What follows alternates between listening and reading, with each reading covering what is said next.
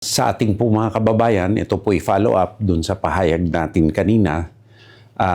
Nagkasundo po si General Bronner at saka si Admiral Paparo batay po sa pag-uusap namin ni Secretary Hegseth at ng ating Pangulo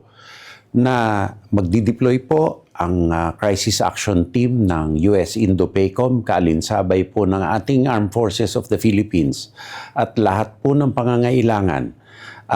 ng ating mga response efforts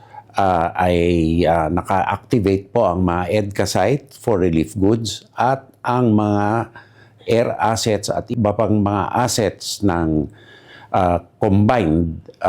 Armed Forces of the Philippines at US Indo-PACOM ay gagamitin po. At dahil po ito'y panahon ng tag-ulan, patuloy po itong pag-uugnayan ng dalawang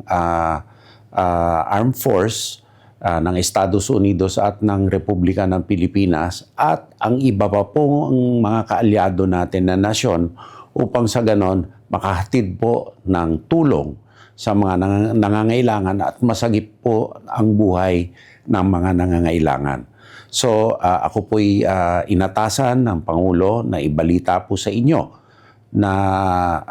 nag-monitor po kami dito, nakipag-coordinate kami kay General Bronner at sa OCD at nag-commit po si Admiral Paparo mismo ng US Indo-PACOM kaya hindi na po siya makikipag-meeting mamaya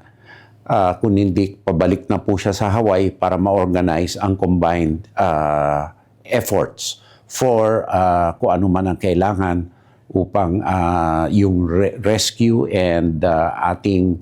relief efforts sa Pilipinas ay tuloy-tuloy po nating magampanan.